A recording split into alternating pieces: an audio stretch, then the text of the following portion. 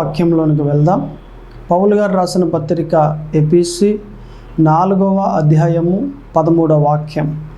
ఆయన కొందరిని అపోస్తలులుగాను, కొందరిని ప్రవక్తలుగాను, కొందరిని సువార్తికులుగాను, కొందరిని కాపరులుగాను, ఉపదేశకులుగాను నియమించెను అని పౌలు మరి పత్రికలో ఎపిసిలో ఉన్న సంఘానికి వ్రాసాడు. ఇక్కడ మనకి 5 మాటలు మనకు కనిపిస్తూ ఉన్నాయి. అపోస్తలులు, ప్రవక్తలు, సువార్తికులు, కాపరులు, ఉపదేశకులు. ఇవన్నీ కూడా, ఈ 5 మాటలు కూడా దేవుడు సంఘానికి ఇచ్చిన వరాలు. సంఘంలో ఎవరైతే నమ్మకంగా ఉండి, సంఘంలో ఎవరైతే దేవునికి అనుకూలంగా ఉన్నారో వారిని దేవుడు ప్రేమించి వారికి సేవ చేయడానికి ఈ వరాలు ఇచ్చాడు. అలాగనే అనేక మందికి ఇస్తూ ఉన్నాడు కూడా. ఇంకా ఇప్పుడు ఈ మాటను బట్టి మనం చూస్తే వీటిని ఏ వరాలు అంటారట? సేవా వరాలు. మనం దీనికన్నా ముందర ఒక వీడియో మనం మాట్లాడుకున్నాం. కృపావరములు 21, అవి 3 భాగాలుగా ఉన్నాయి. ఆ 3 భాగాల్లో మొదటి భాగం పరిశుద్ధాత్మ వరములు, 2వ భాగం యేసు వరములు, 3వ భాగం తండ్రి వరములు. పరిశుద్ధాత్మ వరములంటే 9, యేసు వరములంటే 5, మరి తండ్రి వరములంటే 7. ఇందులో పరిశుద్ధాత్మ వరములు ఈ భాగాన్ని మరి దీనికి ముందర మనం మాట్లాడుకున్నాం.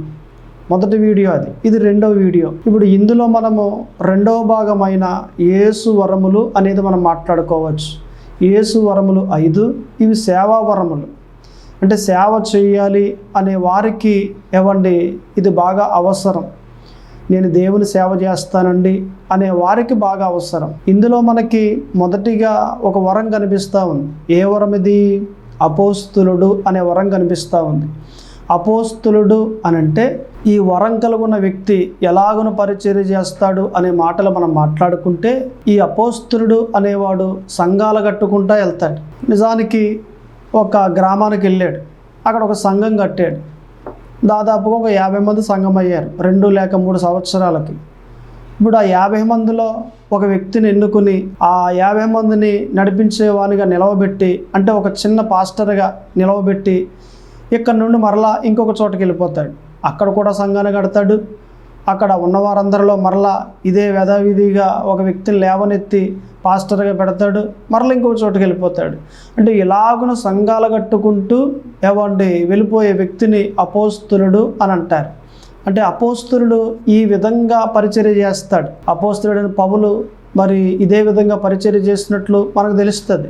అనేక ప్రాంతాలకు వెళ్ళటం, అనేక ప్రాంతాల్లో సంఘాలు కట్టడం, ఆ సంఘాల దగ్గరికి మరలా ఖాళీగా ఉన్నప్పుడు వెళ్ళటం, లేదా వెళ్ళే ఖాళీ లేకపోతే ఉత్తరాలు రాయటం అనేది మనం బైబిల్లో చూస్తున్నాం కదా.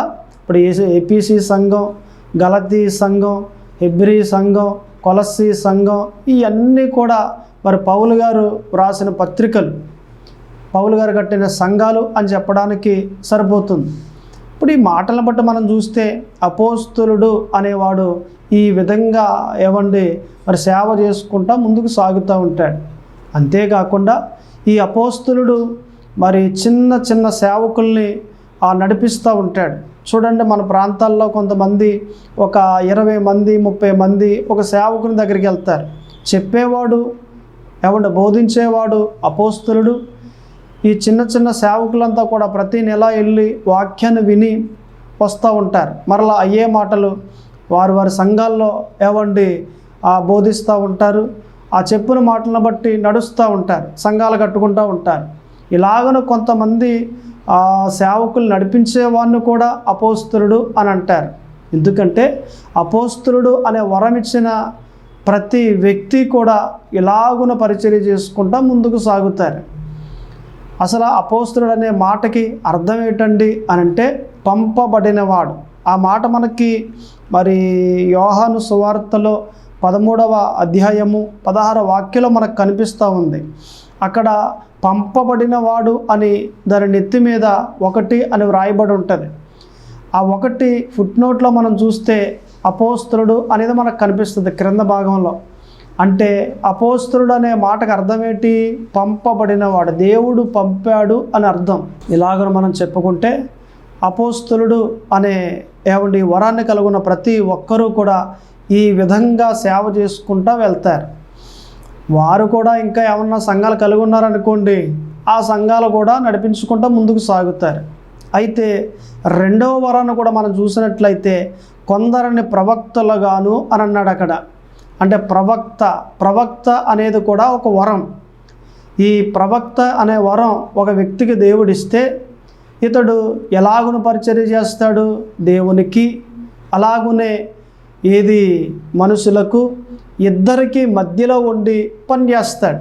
మరలా చెప్తా ఉన్నాను, దేవునికిని ప్రజలకును మధ్యలో ఉండి పనిచేస్తాడు. అంటే దేవుడు చెప్పిన మాటలన్నీ ప్రజలకు చెప్తాడు, ప్రజలు చెప్పిన మాటలన్నీ కూడా దేవునికి చెప్తాడు. మధ్యలో ఉండి ఒక రాయబారిగా పనిచేస్తాడు. ఇతన్ని ప్రవక్త అని అంటారు. ఈ ప్రవక్త పరిశుద్ధంగా ఉంటాడు. ఈ ప్రవక్త ప్రవచనాలు కూడా పలుకుతాడు పరిశుద్ధంగా, నీతిగా, యథార్థంగా. ఎందుకంటే దేవుడు మాటలన్నీ కూడా వింటూ ఉన్నాడు, దేవునికి దగ్గరగా ఉన్నాడు కదా. అందుచేత ఈ ప్రవక్త చాలా పరిశుద్ధంగా ఉంటాడు. ఇలాగ మనం చెప్పుకుంటే ఈ ప్రవక్త దేవునికిని మనుషులకి మధ్యలో ఉండి పనిచేస్తూ ఉంటాడు. చూడండి, పాత నిబంధన గ్రంథంలో మనకు కనిపిస్తుంది. రాజు అయిన హిజ్కియా నిజానికి మంచాన్ని పట్టేసి మంచం మీద ఉన్నాడు.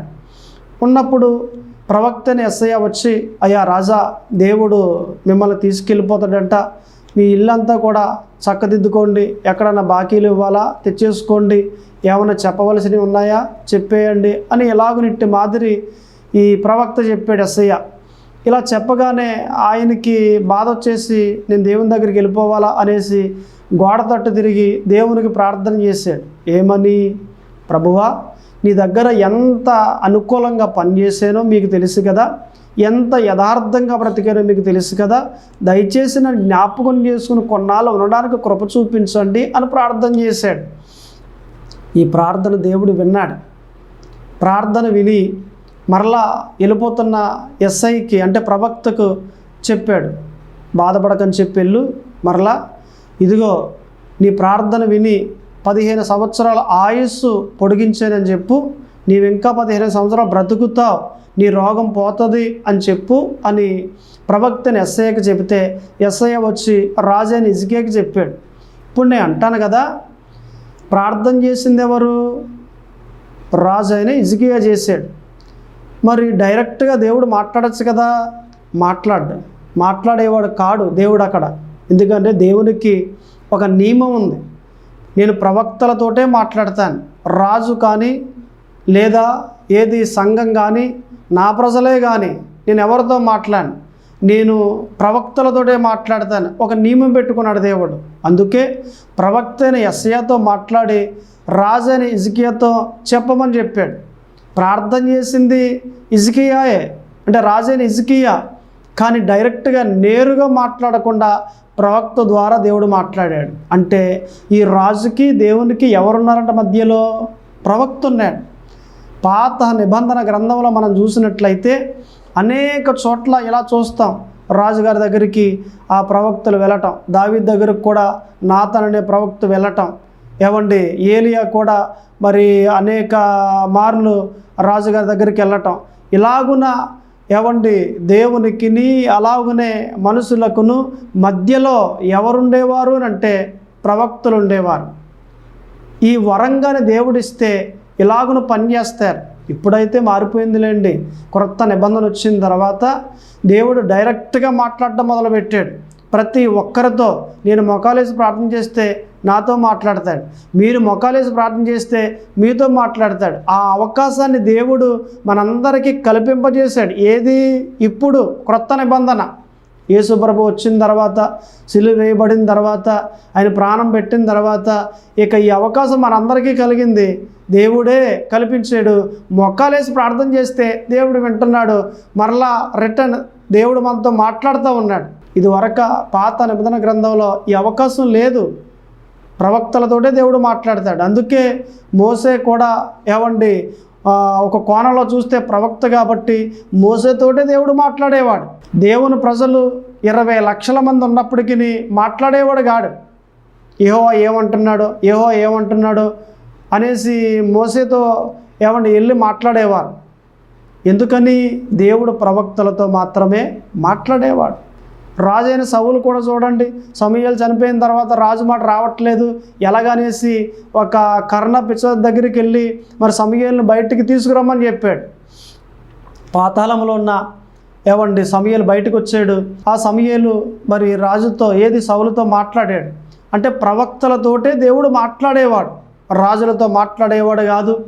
అలాగునే విశ్వాసులతో మాట్లాడేవాడు కాదు, ఎవరితో మాట్లాడేవాడు కాదు దేవుడు. కాబట్టి ప్రవక్త అనే వరంగాని దేవుడిస్తే దేవునికిని అలాగునే మనుషులకు మధ్యలో ఉండి పరిచర్య చేసేవాడే ప్రవక్త. ఇంకా మనం కాస్త ముందుకెళ్తే ఇంకొక వరాన్ని కూడా మనం చూడవచ్చు. ఏ వరం అది? కొందరిని ప్రవక్తలుగాను అన్న తర్వాత కొందరిని సువార్తికులుగాను అని అన్నాడు. ఈ వరం మనందరికీ బాగా తెలుసు, మనందరికీ కనిపించే వరం. ఎందుకంటే ఇంటింటికి వస్తారు చూడండి, ఇంటింటికి వచ్చి ప్రార్థనలు చేస్తారు, ఇంటింటికి వచ్చి పత్రికలు ఇస్తారు, వీధి వీధికి గ్రామానికి వచ్చి అమ్మ యేసు ప్రభువుని నమ్ముకోండి అని చెప్తారు కదా. ఇలాగున ఎవరైతే పరిచర్య చేస్తున్నారో వీరంతా కూడా సువార్తికులు. ఇంతేకాకుండా ఈ సువార్తికులు అడవి ప్రాంతాల్లోకి వెళ్ళి సువార్త చేస్తారు. అంతేకాకుండా ఎవరైనా పిలిస్తే సభలకు చెప్పండి, లేకపోతే ఉపవాస కూటాలకి కానివ్వండి, లేదా క్రిస్మస్లకు కానివ్వండి, ఏదైనా అవుట్డోర్ మీటింగ్స్ పెట్టి రండి వాక్యాన్ని చెప్పండి అని చెప్పామనుకోండి, వస్తారు, వాక్యాన్ని చెప్పి వెళ్తారు. అలాగనే వాక్యాన్ని చెప్పి వెళ్ళేవారిని సువార్తికులు అని అంటారు. సువార్త అనే వరంగాని దేవుడు ఇచ్చాడా? వీరు ఇంటి దగ్గర కూర్చోలేరు. గ్రామాల్లో ఎక్కువ, ఇంటి దగ్గర తక్కువ. ప్రయాణాలే, అడవి ప్రాంతాలకు వెళ్ళిపోవటం, లేదా చిన్న విలేజెస్కి వెళ్ళిపోవటం, లేదా పట్టణాలకు వెళ్ళిపోవటం, లేదా ఇంటింటికి వెళ్ళటం, ప్రార్థనలు చేయటం, పత్రికలు ఇవ్వటం, యేసు ప్రభువుని నమ్ముకోండి అని చెప్పడం. ఇక ఈ గొడవే ఉంటుంది తప్ప కానీ వారి మనసులో వేరే గొడవ ఉండదు. 4 రూపాయలు సంపాదించుకుందాం, బండి కొందాం, కారు కొందాం, ఏముండవు. ఇక ఏదో రకంగా 4 ఆత్మల్ని తీసుకొద్దాం దేవుళ్ళలోకి అనేసి ప్రయాణం తిరుగుతూనే ఉంటారు. కారుల్లోనే తిరుగుతారు, బస్సుల్లోనే తిరుగుతారు. ఇలాగున తిరగడం ఎక్కువ, ఇంటి దగ్గర ఉండటం తక్కువ. వీరిని ఏమంటారట? సువార్తికులు అని అంటారు. ఇప్పుడు ఒక ప్రాంతంలో కాళ్ళు లేని ఒక సహోదరు ఉంది. పుట్టడం ఆ అమ్మాయికి 2 కాళ్ళు లేవు. అయితే ప్రతి ఆదివారం ఆలయానికి వెళ్తూ ఉంది, వాక్యాలు వింటా ఉంది. ఒక రోజున పాస్టర్ గారు వాక్యంలో సంఘంలో మాట్లాడుతూ ఉండి, ఇదిగో దేవుడు నీతో మాట్లాడుతూ ఉన్నాడు, నిన్ను సేవ చేయమంటున్నాడు, సువార్త చేయమంటున్నాడు అని దేవుడు నీతో చెప్పమంటున్నాడు అని చెప్పాడు. ప్రసంగంలో చెప్పాడు. ఇంతగా ఆ ఆలయంలో దాదాపు 100 మంది ఉన్నారు, కానీ అందరూ విన్నారు. కానీ ఈ అందరితో పాటు ఈమె ఉంది, కానీ ఈమె మనసులో పడ్డది. ఏంటిది ప్రభువా, నాకు 2 కాళ్ళు లేవు కదా, నేను సువార్త చేయాలా, నాకు చెప్తున్నావేంటి అనేసి మనసులో అనుకుంది.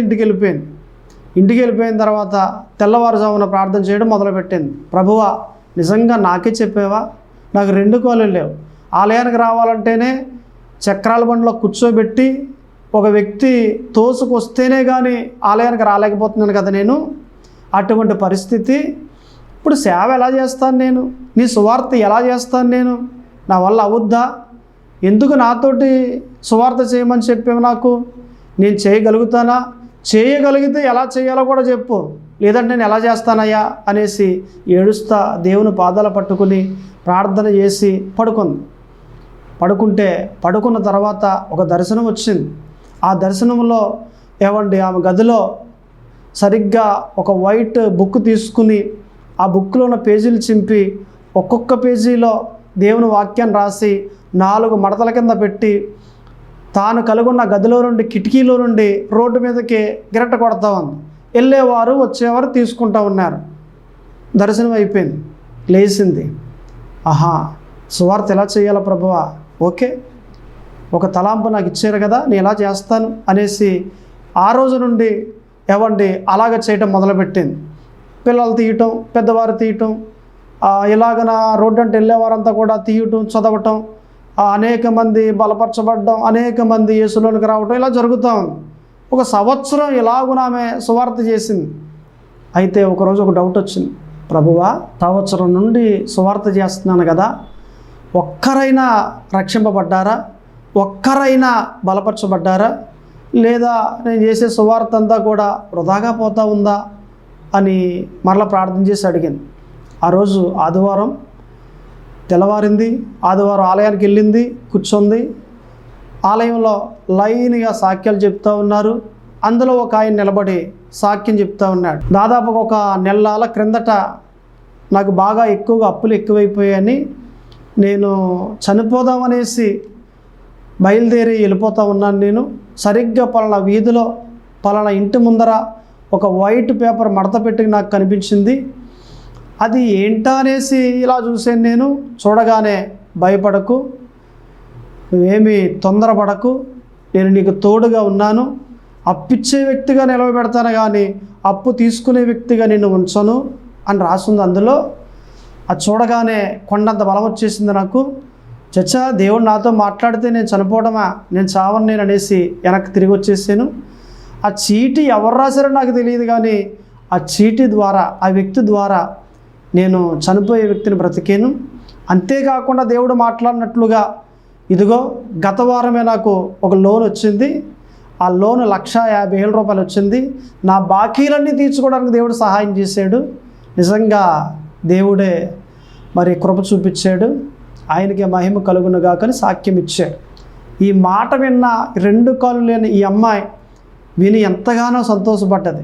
ఆ రోజు రాత్రి మరలా దేవుడు మాట్లాడి, నీ సువార్త ఈ గ్రామానికి చెందిందిగా ఉండడానికి వీల్లేదు, అంటే పరిమితంగా ఉండడానికి వీల్లేదు, ఇంకా అనేక చోట్లకి చెందాలి, వెళ్ళాలి అనేసి దేవుడు ఒక మాట అన్నాడు. ఏమని?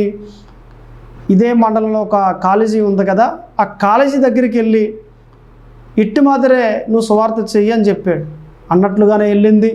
ఆ కాలేజీ పక్కంట ఒక రోడ్డు ఉంటే ఆ రోడ్డు మీద ఉండి చిన్న పందిరి వేసుకుని పందిరిలో కూర్చుని వెళ్ళేవారికి వచ్చేవారికి చీటీలు ఇస్తూ ఉంటే ఇలాగన ఏమన్నా వందల్లో వేలల్లో యేసు ప్రభులోనికి వచ్చారండి. అనేక మంది రక్షింపబడ్డారు. నేను అంటాను, ఈమె సువార్త చేసింది. ఈ వరము ఏమండి, ఏ వరమట? సువార్త వరము. అయితే ఇది ఎన్నవది? 3వది. 4వ వరం కూడా మనకు కనిపిస్తూ ఉంది. ఎక్కడనంటే మరి కొందరిని కాపర్లుగాను అని అన్నాడు అదే వాక్యంలో. కాపర్లు అంటే మీ అందరికీ తెలుసు. ఇప్పుడు మీరు సంఘానికి వెళ్ళారు కదా, మీ పాస్టర్ గారు ఎవరు? కాపరి. ఎందుకంటే ఆ 100 మంది సంఘాన్ని కట్టి ఏమండి ఈ పాస్టర్ గారు ఆ 100 మందిని నడిపిస్తూ ఉన్నాడు. మందని నడిపించేమని ఏమంటారట? కాపర్ అంటారు.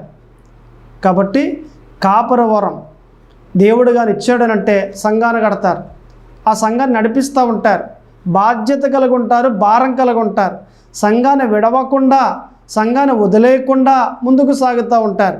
ఇది కాపర వరం. సంఘాన్ని కానీ వదిలేసారా, ఆ కాపరికి శ్రమ అనే వాక్యం బోధిస్తూ ఉంది. అది ఎక్కడ కనిపిస్తూ ఉంది? జకరియా గ్రంథములో 11వ అధ్యాయము 17వ వాక్యంలో మనకు కనిపిస్తూ ఉంది. మందన కానీ వదిలేస్తే ఆ కాపరికి శ్రమ. మందను వదిలేయకూడదు. బాధ్యతగా భారం కలిగి ఎన్ని శ్రమలు వచ్చినా సంఘాన్ని వదిలేయకుండా, ఎన్ని బాధలు వచ్చినా సంఘాన్ని వదిలేయకుండా ముందుకు సాగాలి. అలా సాగితే ఆ వ్యక్తికి దేవుడు ఏ వరం ఇచ్చాడు అంటే కాపరి అనే వరం ఇచ్చాడు. అలాగునే ఇంకా మనం కాస్త ముందుకెళ్తే ఉపదేశము అనే వరం మనకు అక్కడ కనిపిస్తూ ఉంది. ఎందుకంటే కొందరిని కాపరులుగాను అన్న తర్వాత మరి ఉపదేశకులుగాను నియమించెను అని అన్నాడు. అంటే ఇక్కడ ఉపదేశకుడు అనే వరం కూడా దేవుడిచ్చాడు. ఈ ఉపదేశకుడు మరి వరాన్ని పొందుకుని ఎలాగను పరిచర్య చేస్తాడు అని అంటే, నిజానికి చిన్నపిల్లలు ఉన్నారు కదా, 1వ తరగతి 2వ తరగతి చదువుకునే పిల్లలు ఉన్నారు కదా, ఆ పిల్లలు స్కూల్కి వెళ్ళినప్పుడు మరి స్కూల్లో టీచర్ ఏమండి ఎలా బోధిస్తాడు? బోర్డు మీద అంకీలేసి లేదా బోర్డు మీద పదాలు రాస్తూ ఉండి ఇది ఎలాగునా అది అలాగునా అనేసి బోర్డు మీద ఏమండి వారికి క్లియర్గా రాస్తూ ఉండి అర్థమయ్యే రీతిగా ఏమండి చెప్తూ ఉంటారు. అంటే ఇతడు ఆ పిల్లలకు ఏమండి ఏం చేస్తూ ఉన్నాడట? ఉపదేశం చేస్తూ ఉన్నాడు. ఉపదేశం చేస్తూ ఉన్నాడే. ఇట్టి మాదిరి ఇప్పుడు బైబిల్ కాలేజీలు ఉన్నాయి కదా, ఆ కాలేజీల్లో ఏమండి నేను సేవకుని అవుతానని దాదాపు 2 సంవత్సరాలు 3 సంవత్సరాలు ట్రైనింగ్ తీసుకుంటున్నారు కదా, అలా ట్రైనింగ్ తీసుకునే పిల్లలకు చెప్పే సేవకుని ఏమంటారనంటే ఉపదేశకుడు అని అంటారు. ఎందుకంటే వారు చేసేది ప్రసంగం కాదు. ప్రసంగం అంటే ఏది మహాసభల్లో నిలబడి ఎవడ గట్టిగా బల్లగుద్ది మాట్లాడతారే దాని ప్రసంగం అంటారు, లేదా ఆలయాల్లో మాట్లాడతారే దాని ప్రసంగం అంటారు. కానీ ఇక్కడ ఇది ప్రసంగం కాదు. నేర్పే పిల్లలకు, సేవకులయ్యే పిల్లలకు ఏమండి ఉపదేశం చేస్తారు. దీని ఉపదేశం అంటారు. ఇది ప్రసంగం కాదు. ఉపదేశకుడు ఉపదేశం బోర్డు మీద రాస్తూ ఉండి, బోర్డు మీద మోసే ఎలాగా, దావీదులాగా, లేకపోతే ఏలియా ఎలాగా ఈ వాక్యం చూడండి, వచనం చూడండి, ఇందులో ఎన్ని మాటలు ఉన్నాయో అని ఎలాగో బోర్డు మీద రాస్తూ ఉండి చెప్పేదాన్ని ఏమండి ఉపదేశం అంటారు. ఉపదేశం చేసే వ్యక్తిని ఉపదేశకుడు అని అంటారు. ఉపదేశకుడు అని అంటే ఏమండి దేవుడిచ్చిన వరం అది. ఏ వరం అది? ఉపదేశకుడు అనే వరం అది. ఇది లాస్ట్ వరం. యేసు వరాల్లో ఏమండి ఇది లాస్ట్ వరం. ఇలాగున మనం మాట్లాడుకుంటా వెళ్తే ఏమంటే కృపావరములు 21 అయితే అవి 3 భాగాలుగా ఉంటే, మొదటి భాగం పరిశుద్ధాత్మ వరములు, రెండవ భాగం యేసు వరములు. మనం రెండవ భాగం మాట్లాడుకుంటా ఉన్నాం. మూడవ భాగం కూడా తండ్రి వరములు మనందరికీ తెలుసు. అయితే నేను అంటాను కదా, ఈ వరాలన్నీ కూడా దేవుడు ఎందుకు ఇస్తాడు? మనకు దేవుడిచ్చాడు, అంటే సంఘానికి దేవుడిచ్చాడు. ఈ వరాలన్నీ ఎందుకు ఇస్తాడు అనేది ప్రశ్న కదా. ఏదైనా ఒకటి జరిగిందంటే ఎందుకు జరిగింది? దానికి ఒక పాయింట్ ఉంటుంది కదా, దానికి ఒక కారణం ఉంటుంది కదా. అసలు సంఘానికి దేవుడు వరాలు ఎందుకు ఇచ్చాడు అనేది చూద్దాం. చూడండి, మనకు కనిపిస్తుంది ఎక్కడనంటే 1 పేతురు 4వ అధ్యాయము 11వ వాక్యంలో మనకు కనిపిస్తుంది దేవుని మహిమ కొరకు అనేది కనిపిస్తుంది. అంటే వరాలు ఎందుకు ఇచ్చాడు? దేవుని మహిమ కొరకు. 1 కొరింథీ 14వ అధ్యాయము 4వ వాక్యం తనకు క్షేమావృద్ధి కొరకు. 1 కొరింథీ 14:4, హెబ్రీ 23 సంఘ క్షేమావృద్ధి కొరకు. 1 కొరింథీ 12:7 అందరి ప్రయోజనము కొరకు. 1 పేతురు 4వ అధ్యాయము 10వ వాక్యం ఉపచారము చేయు నిమిత్తము. ఎఫెసీ 4వ అధ్యాయము 13వ వాక్యం పరిశుద్ధులు సంపూర్ణులు అవ్వడానికి. మరలా ఎఫెసీ 4వ అధ్యాయము 13వ వాక్యం పరిచర్య ధర్మము జరగడానికి. అంటే దేవుడు సంఘానికి వరాలు ఎందుకు ఇస్తాడు అనేది మనం మాట్లాడుకుంటే ఇక్కడ క్లియర్గా మనకు కనిపిస్తూ ఉంది. ఏమండి 7 మాటలు కనిపిస్తూ ఉన్నాయి. ఈ 7 మాటలు కూడా ఏంటట? దేవుని మహిమ కొరకు, తనకు క్షేమావృద్ధి కొరకు, సంఘ క్షేమావృద్ధి కొరకు, అందరి ప్రయోజనము కొరకు, ఉపచారము చేయ నిమిత్తము, పరిశుద్ధులు మరి సంపూర్ణులు అవ్వడానికి, పరిచర్య ధర్మము జరగడానికి. దేవుడు ఊరికే ఇవ్వలేదు, కారణం ఉంది. ఇందులో ఇంకొకటి కూడా ఉంది. ఏంటంటే ప్రభువా ఈ వరం నాకు ఇవ్వండి అని అడగకూడదు. ఎందుకంటే పరిశుద్ధాత్మ దేవుడు నీకు ఏ వరము ఇవ్వాలో ఆ వరాన్ని ఇస్తాడు.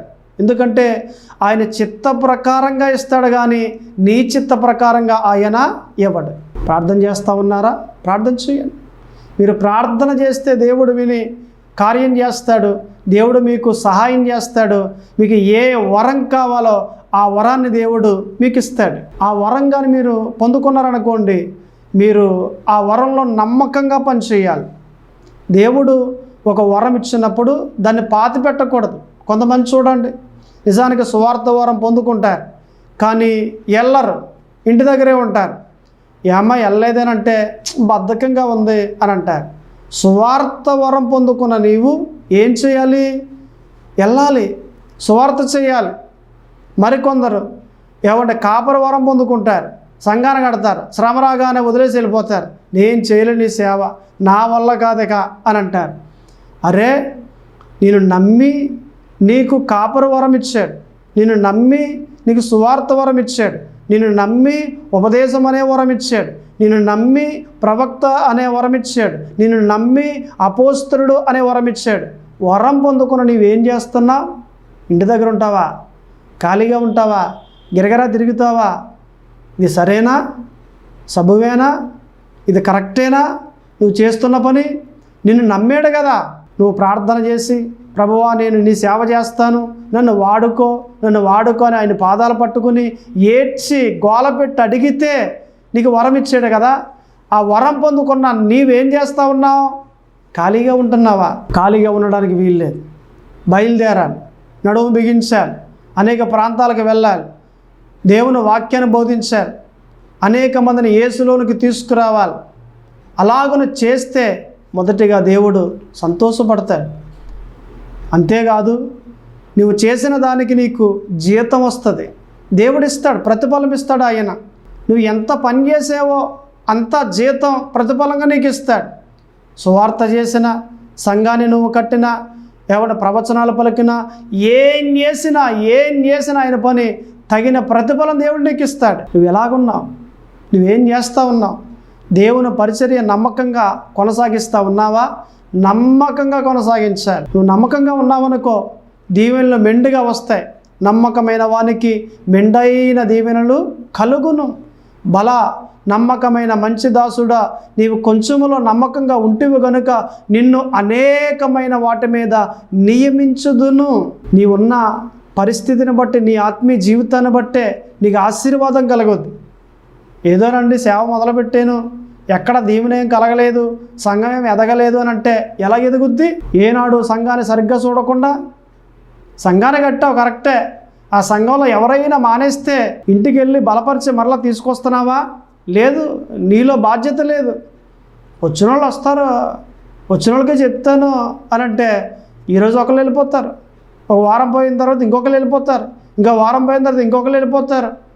ఏమండి, ఇలాగ సంఘం అంతా వెళ్ళిపోతూ ఉంటుంది. సంఘంలో 20 మంది ఉంటే 20 మందిలో ఒక్కళ్ళు కానీ మానేస్తే ఆ ఒక్కళ్ళు ఎందుకు మానేశారని ఇంటికి వెళ్ళి బలపరిచి మళ్ళీ తీసుకొచ్చి ఆ సంఘంలో చేర్చాలి. చేరిస్తేనే దేవుడిచ్చిన గొర్రెలన్నీ కూడా నిలబడి ఉంటాయి. దేవుడు ఒకసారి వచ్చి చూసినప్పుడు ఆ 20 మంది కనిపించినప్పుడు, బలా మంచి దాసుడా, సేవ బాగా చేస్తున్నావు అనేసి ఇంకొక 20 ఆత్మలను కలుపుతాడు ఆయన. ఇప్పుడు 4 గొర్రెల్ని కాపరికి అప్పగించారు. డొక్క నిండా మేపాడు అనుకోండి, ఎలాగుంటాయి? దుడ్డు ముక్కలాగా ఉంటాయి. 4 గొర్రెలు ఇచ్చినట్టు సంవత్సరానికి వచ్చి చూడగానే దుడ్డు ముక్కలాగా గొర్రెలు ఉంటే భలే మేపోనన్నా అనేసి ఇంకో 4 గొర్రెలు ఇస్తాడు. అదే కానీ ఆ కాపర 4 గొర్రెలు వదిలేసాడు అనుకోండి, ఆ 4 గొర్రెలు ఎలాగుంటాయి? బక్కగా ఉంటాయి. ఇప్పుడు ఇచ్చిన ఆయన వచ్చిన తర్వాత ఇదేంటి బక్కగా ఉన్నాయి, సర్లే నీ 4 గొర్రెలు పెంచలేకపోతున్నావు అనేసి అవసరమైతే 2 అట్టుకుపోతాడు ఆయన, పట్టుకెళ్ళిపోతాడు ఆయన. ఈ 2 చాలు నీకు అని అంటాడు. ఒక్కసారి గ్రహించు, పరిచర్య ఎలా చేస్తున్నా, నీ సేవ ఎలాగుంది? దయచేసి గ్రహించేవాడిగా ఉండి దేవుడు వరమిచ్చాడు, నమ్మకంగా ఉండు. ఈ సేవలో ముందుకి కొనసాగి. ఈ వరాలన్నీ కూడా సేవా వరాలు, యేసు వరాలు. ఈ యేసు వరాలు నీవేం చేస్తావంటే పొందుకున్న వాడై ఉన్నావు కాబట్టి నమ్మకంగా పరిచర్య చేయి.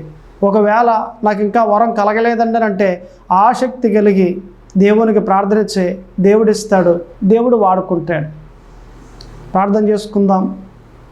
ఒకసారి కళ్ళు మూసుకుని ప్రార్థనలో ఏకీభించండి. పరిశుద్ధుడా దేవా తండ్రి, ప్రభువా యేసు క్రీస్తు, అయ్యా ఇదిగో ప్రభువా, ప్రార్థన చేస్తూ ఉండగా మీ కృపాక్షేమములు మెండుగా కలగజేసి మీ కృపతో నింపి బలపరిచి నడిపింపచేయండి. ఇదిగో యేసు వరాల గురించి మాట్లాడుకున్నాం. వందనాలు, స్తోత్రములు.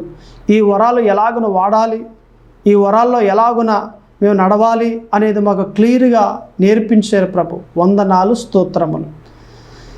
అలాగునే ఎందరైతే ఈ వాక్యాన్ని వింటూ ఉన్నారో వారందరిని దీవించి బలపరచారు. ఈ కొద్ది ప్రార్థన ఆలకింపచేయమని యేసు క్రీస్తు నామమున అడుగుచున్నాను తండ్రి. ఆమేన్.